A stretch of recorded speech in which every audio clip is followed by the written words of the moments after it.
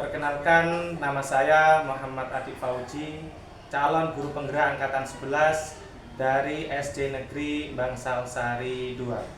Pada kesempatan ini saya akan melakukan kegiatan wawancara kepala sekolah terkait dengan pengambilan keputusan berbasis nilai-nilai kebajikan sebagai pemimpin.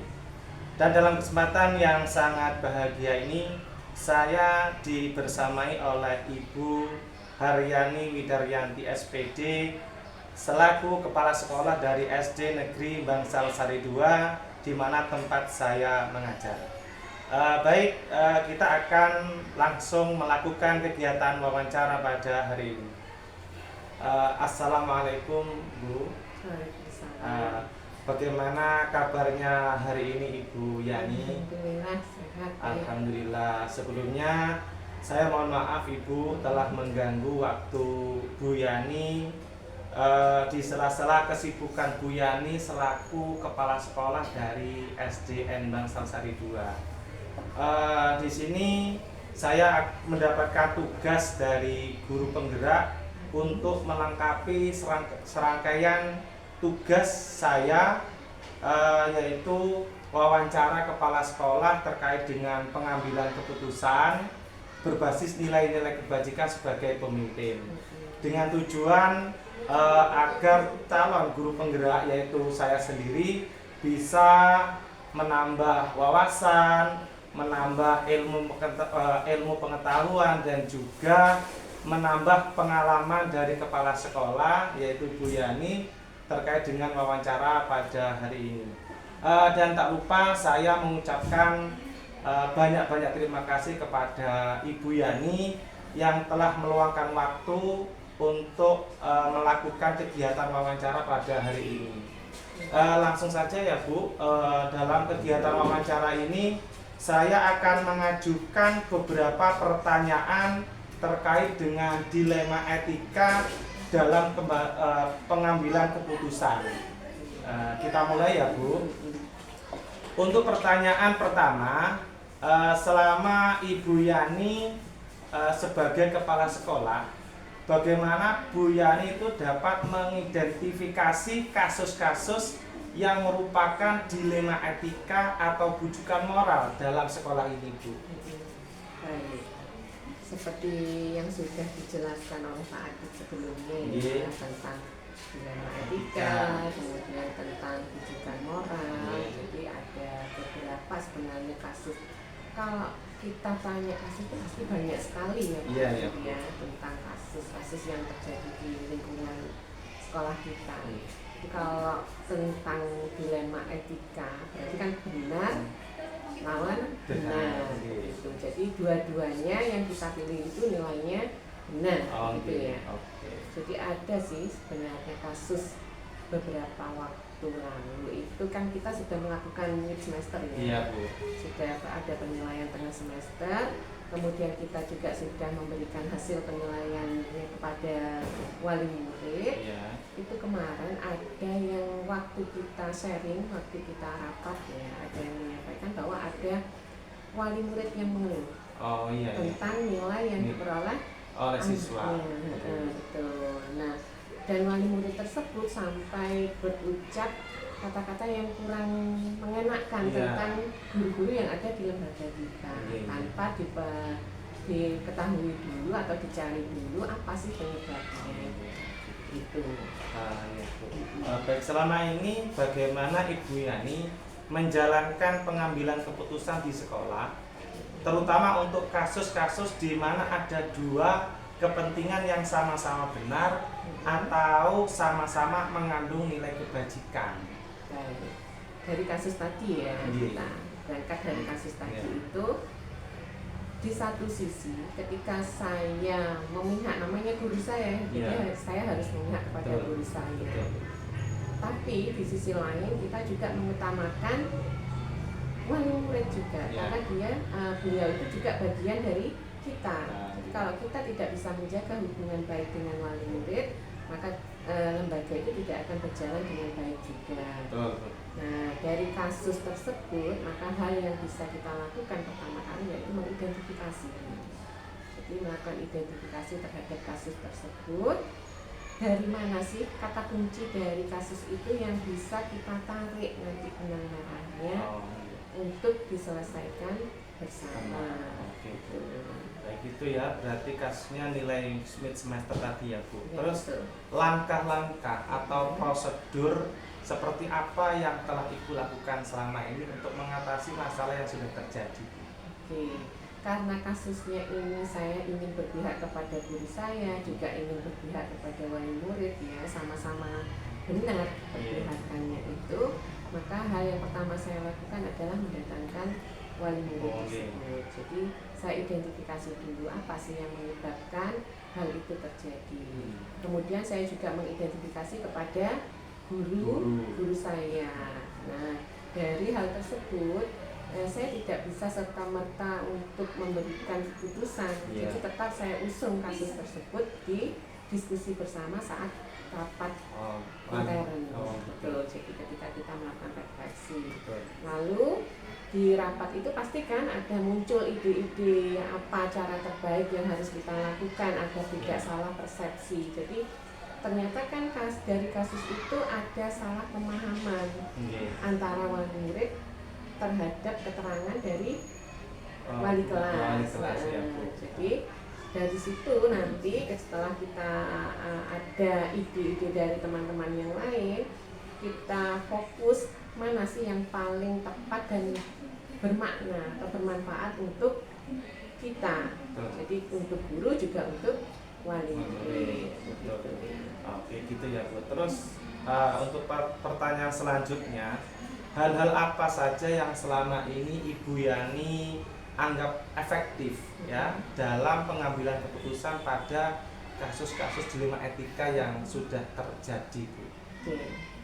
Hal yang paling efektif itu ya, yang paling efektif itu adalah kita dalam mengambil keputusan harus fokus kepada hasil akhirnya itu apa, manfaatnya apa, dan dilakukan dengan cara berdiskusi, sharing dengan rekan sejawat.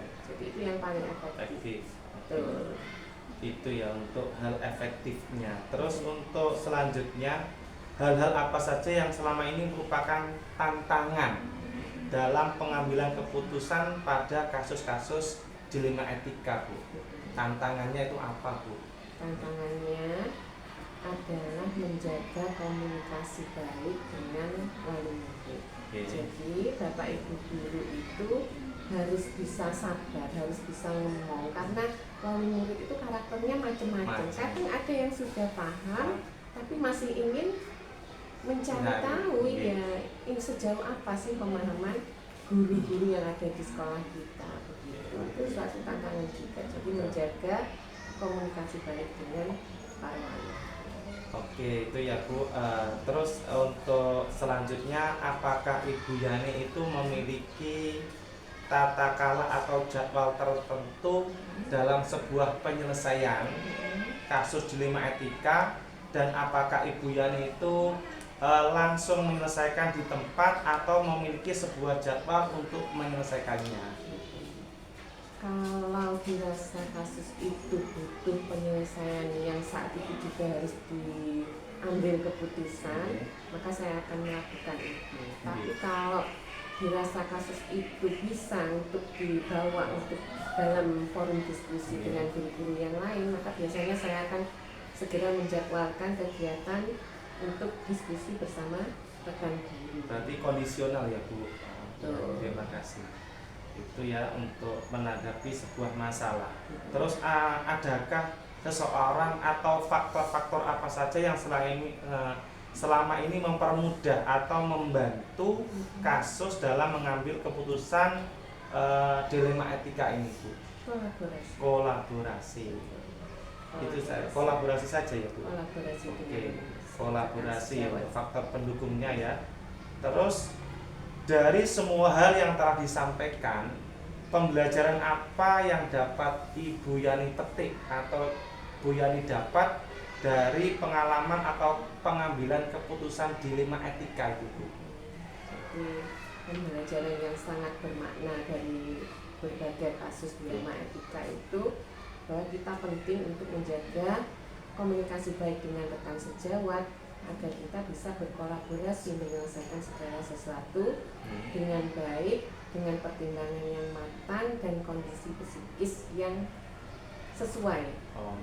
Jadi tidak hanya mengedepankan emosi, tapi kita objektif terhadap penyelesaian kasus itu. Itu saja Bu, sudah selesai Bu. Sudah? Ada lagi? Sementara itu Bu, alhamdulillah luar biasa sekali wawancara pada hari ini. Alhamdulillah kasus-kasus atau dilema etika yang terjadi di sekolah ini dari penjelasan Ibu bisa terselesaikan dengan baik gitu ya. Mungkin itu dulu Bu untuk wawancara pada hari ini. Sekali lagi saya mengucapkan banyak-banyak terima kasih kepada Ibu Yani yang telah meluangkan waktu untuk acara wawancara pada hari ini. Semoga bermanfaat. Amin. Ya, cukup sekian dari saya Bu ya. Assalamualaikum. Waalaikumsalam. Sekolah dari SD Bangsal Sari 2 yang dilakukan pada hari ini, banyak hal yang dapat saya peroleh dan dapat wawasan, ilmu pengetahuan dari pengalaman yang sudah dialami oleh Ibu Kepala Sekolah, yaitu Ibu Haryani Idaryanti. Demikian dulu wawancara pada hari ini. Saya ucapkan banyak-banyak terima kasih dari saya. Assalamualaikum warahmatullahi wabarakatuh.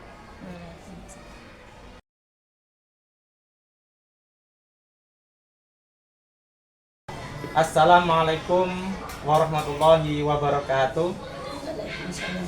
Perkenalkan, saya Muhammad Adit Fauji, calon guru penggerak angkatan 11 dari SD Negeri Bangsal Sari 2. Dalam kesempatan ini, saya akan melakukan wawancara kepala sekolah terkait dengan pengambilan keputusan berbasis nilai-nilai kebajikan sebagai pemimpin. Dalam kesempatan ini, saya dibersamai oleh Ibu Yuliana SPD, Kepala Sekolah dari SD Negeri Bangsal Sari 4. Baik, langsung saja kita akan melaksanakan kegiatan wawancara pada hari ini. Assalamualaikum Bu. Waalaikumsalam warahmatullahi wabarakatuh. Bagaimana kabarnya hari ini Bu? Alhamdulillah baik dan sehat Adi. Alhamdulillah. Selanjutnya saya mengucapkan mohon maaf yang sebesar-besarnya karena hari ini saya mengganggu Ibu Yuliana di sela-sela kesibukan Bu Yuliana sebagai kepala sekolah. Bu, di sini saya mendapatkan tugas dari guru penggerak untuk melengkapi serangkaian tugas-tugas saya, diantaranya yaitu wawancara kepala sekolah terkait dengan pengambilan keputusan berbasis nilai-nilai kebajikan sebagai seorang pemimpin, dengan tujuan agar guru penggerak, yaitu saya sendiri, bisa menambah wawasan, bisa menambah ilmu pengetahuan, dan menambah pengalaman kepala sekolah yang saya wawancari pada hari ini. Dan selanjutnya saya mengucapkan banyak-banyak terima kasih kepada Bu Yuliana yang telah meluangkan waktu kepada saya untuk melakukan kegiatan wawancara pada hari ini. Baik Bu, untuk kegiatan hari ini yaitu wawancara kepala sekolah terkait dengan pengambilan keputusan berbasis nilai-nilai kebajikan sebagai pemimpin. Setelah ini saya akan mengajukan beberapa pertanyaan terkait dengan dilema etika ketika mengambil keputusan. Boleh nggih Bu? Baik, saya mulai dari pertanyaan pertama Bu. Di sini Bu Yuliana sebagai kepala sekolah, itu bagaimana Bu Yuliana mengidentifikasi kasus-kasus yang merupakan dilema etika atau bujukan moral yang terjadi di sekolah ini Bu? Gini Pak Adip, untuk masalah etika ya, itu kita itu sebagai kepala sekolah memang dihadapkan pada suatu dilema. Contohnya, sekarang saya punya guru perempuan. Nah, itu pelanggarannya luar biasa karena langsung berhubungan dengan wali murid. Oh, iya. Wali murid. Hampir 90% guru tersebut itu hutang sama wali murid. Oh. Akhirnya berpengaruh sekali sama pada waktu pendaftaran murid baru. Iya, iya. Nggak ada yang mau mendaftarkan ke SD Maisasari 4 karena sudah capnya itu tadi ada gurunya yang sering utangan uang. Oh, iya. Habis itu saya ke Dinas Pendidikan Jember. Saya mengadukan persoalan itu karena saya ada atasan. Saya konsultasikan di sana. Dari Jember itu karena dia cuma SK Bupati. Karena kasus sudah pelanggarannya itu pelanggaran termasuk pelanggaran berat karena sudah nggak ada kepercayaan di masyarakat, ya berpengaruh sekali dengan penerimaan murid baru. Akhirnya guru tersebut sama dinas pendidikan itu mau diberhentikan. Oh, waduh, Nah, saya sebagai kepala sekolah, apalagi itu sukuan di sini sudah lama, hampir 12 tahun. 12 tahun. Terus dia itu kalau sama kepala sekolah masalah etika bagus sekali. Oh, etikanya. Ya, etikanya bagus sekali.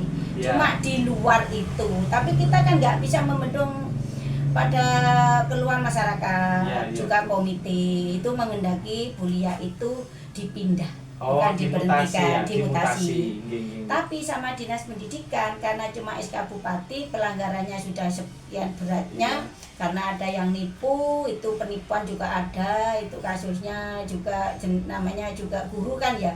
Guru kalau sudah nipu kan sudah nggak dipercaya sama wali murid. Betul. Akhirnya sama dinas pendidikan itu disuruh diberhentikan.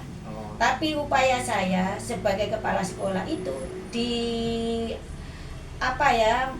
dihadapkan pada dilema. Iya, betul, Bu. Diberhentikan kita tidak tega karena pengabdiannya sudah lama 12 tahun itu. Karena dinasnya saya akui baik. Kalau dinasnya baik, cuma itu tadi dia wali murid sudah tidak dipercaya kan ya. Repot. Akhirnya dihadapkan dua dilema, diberhentikan, kasihan tambah tidak menyelesaikan masalah karena hutangnya terlalu banyak. Sedikit banyak kan ada pemasukan kalau SK Bupati ya.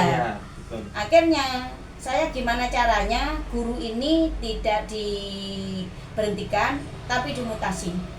Oh ya, mutasi. Akhirnya saya menghadap lagi ke dinas pendidikan. Akhirnya dikasih saran, disuruh guru ini dimutasi tapi harus dekat rumahnya. Oh iya. Kalau dijauhkan itu hukuman itu tidak akan jerah. Malah akan dia itu menambah lahan baru. Waduh. Jadi malah hutang kemana-mana itu kan tidak ada yang tahu. Semakin meluas ya. Semakin meluas. Kalau di dekatnya rumahnya kan sudah tahu. Dekat rumahnya itu kalau orang itu hutangan, jadi untuk memutus rantai hutang piutangnya itu bisa diselesaikan. Betul, Bu. Jadi memang kita dihadapkan dilema suku ini Pak di masalah guru satu ini. Iya.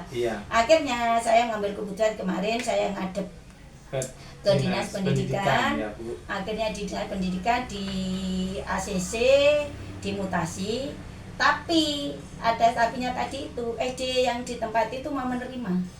Oh gitu. Karena kemarin SD satu kecamatan Bangsal 1 nggak ada yang mau menerima. Oh iya. Karena kasusnya sudah terkenal di mana-mana ya. Akhirnya kemarin begitu dimutasi saya kasih saran guru tersebut monggo sikapnya dirubah. Yang dulu jelek berubah lebih baik.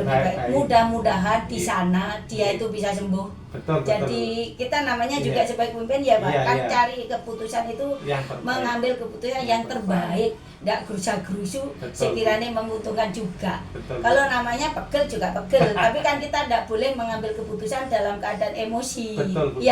Kalau laporan dari masyarakat sudah siap.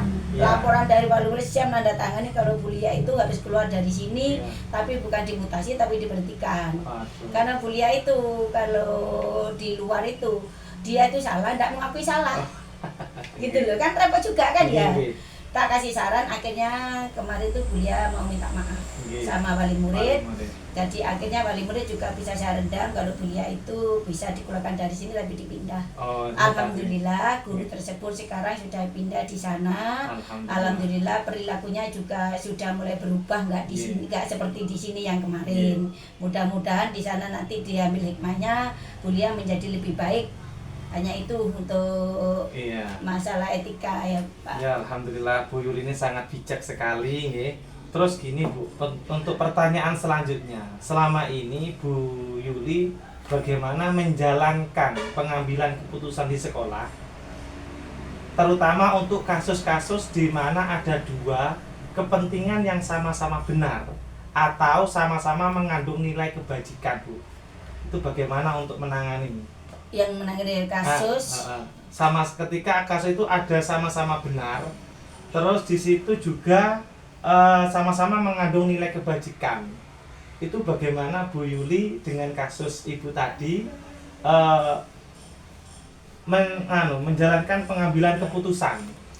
Nah, untuk kasus yang tersebut tadi karena yang dibahas masalah etika ya. Betul. Aslinya dia kalau dilihat dari dinasnya kan dia bagus. Baik kan iya, terus ke saya juga gitu, bagus. Orangnya itu anunya bagus, taat sama saya taat sekali. Tapi wong itu di luar.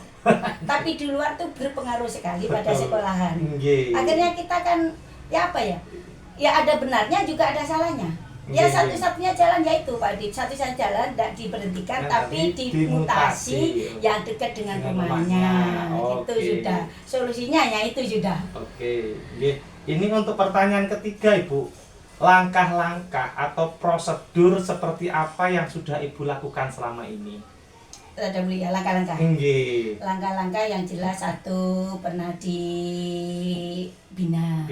Satu kali, 2 kali, 3 kali, tidak bisa sudah saya lepas.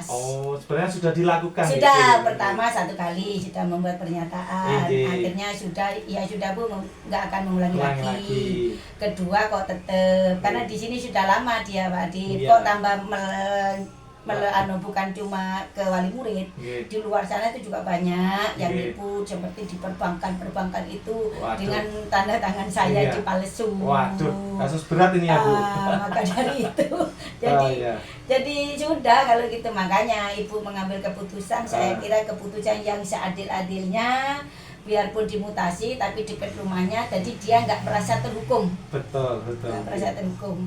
Ini untuk pertanyaan yang selanjutnya.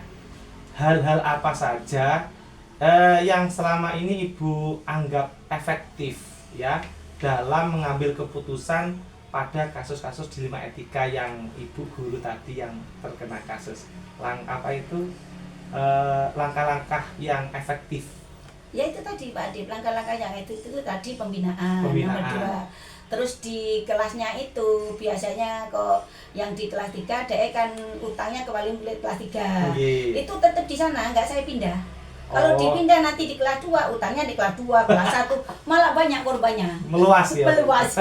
Jadi akhirnya tetap di kelas itu dengan sambil menunggu SK mutasi kemarin. Betul. Jadi tetap di situ sudah dengan saya rapatkan sama wali murid di grup juga saya sampaikan bahwa kalau ada salah satu guru yang utangan uang itu pokoknya jangan dikasih, sudah gitu. Terus gini, yang selanjutnya hal-hal apa saja selama ini merupakan tantangan dari oleh Ibu, tantangan yang dirasakan oleh Ibu dalam pengambilan keputusan pada kasus dilema etika ini? Tantangannya apa, Bu? Tantangannya itu berat sekali Pak Adi. Tantangannya berat sekali karena memang di salah satu SD itu pasti ada yang kasus-kasus seperti itu, pasti ada guru yang berkasus gitu. Berkasus itu pasti ada, kalau nggak dinasnya masalah hutang, masalah keluarga, segala sesuatu ya Pak Adip ya. Betul. Jadi akhirnya gimana ya Pak Adip, jadi kita itu sebagai pemimpin juga harus harus bisa bijak ya. Harus bisa bijak sekiranya guru tersebut itu Pak Adip nggak merasa tersingkirkan ya. Jadi kita tetap berhubungan baik. Jadi tetap komunikasi. Saya tetap komunikasi dengan dia. Terus untuk selanjutnya ya Bu, pertanyaan apakah Ibu ini memiliki sebuah tata cara atau jadwal tertentu dalam sebuah penyelesaian kasus dilema etika ini? Kalau jadwal tidak Pak Adip, tergantung kasusnya. Karena kan nggak semua guru itu ada masalah. Kan cuma 1-2 guru. Jadi kalau memang ada salah satu guru itu ada masalah, nanti jadi jadwal Pak Adip. Minggu ini saya panggil, ya, terus 1 bulan, terus 3 bulan. Berarti kondisional ya kondisional tergantung masalahnya juga. Oke. Ini Ibu untuk pertanyaan yang selanjutnya, adakah seseorang atau faktor-faktor apa saja yang selama ini mempermudah atau membantu Ibu dalam mengambil keputusan dalam kasus dilema etika? Atau melibatkan siapa Ibu ini? Yang jelas saya melibatkan Bapak Komite. Oh, mantap. Kebetulan Bapak Komite di sini itu orangnya itu bagus, bisa diajak kerjasama. Dan paling murid di sini tuh kalau ada sesuatu hal nggak lapor ke saya dulu, lapornya ke komite. Oh gitu. Jadi komite menyampaikan ke saya. Akhirnya saya dengan komite itu berdiskusi gimana enaknya Pak. Oh gitu. Kalau ada masalah gini. Jadi saya mengambil keputusan itu mendengar dulu dari masukan dari Pak Komite sama guru-guru juga yang ada di sini. Oh gitu ya Bu, itu ya. Jadi untuk seseorang yang membantu Bapak Komite gitu. Iya. Dan juga wali murid gitu.